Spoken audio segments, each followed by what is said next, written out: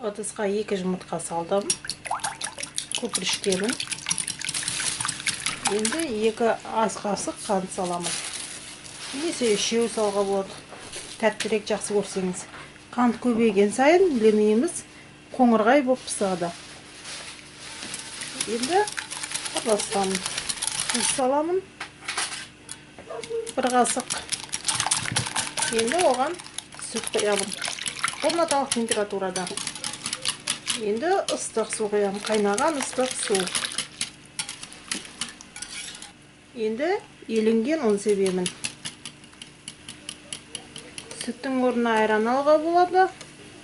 1 қасық ас содасын аламын. Онша толған емес. Оны мынандай 6% уксуспен қайсетем.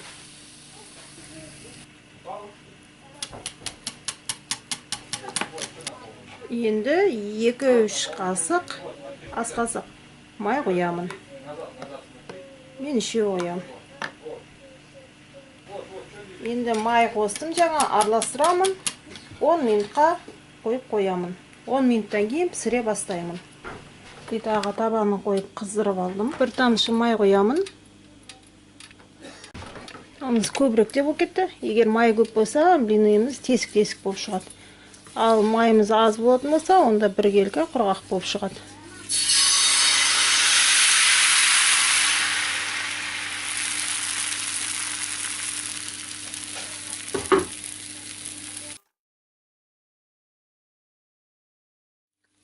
Дәмді блин.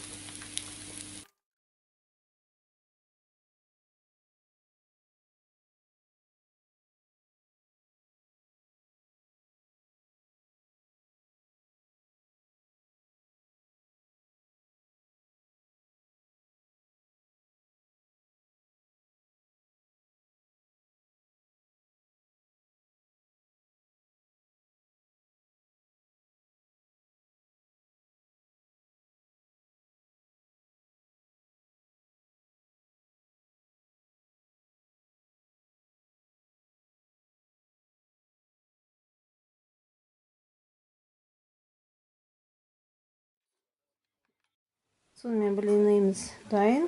Қарағандарыңызға рахмет. Сау болыңыздар. Егер видео ұнаса, лайк басып, каналыма жазылыңыздар.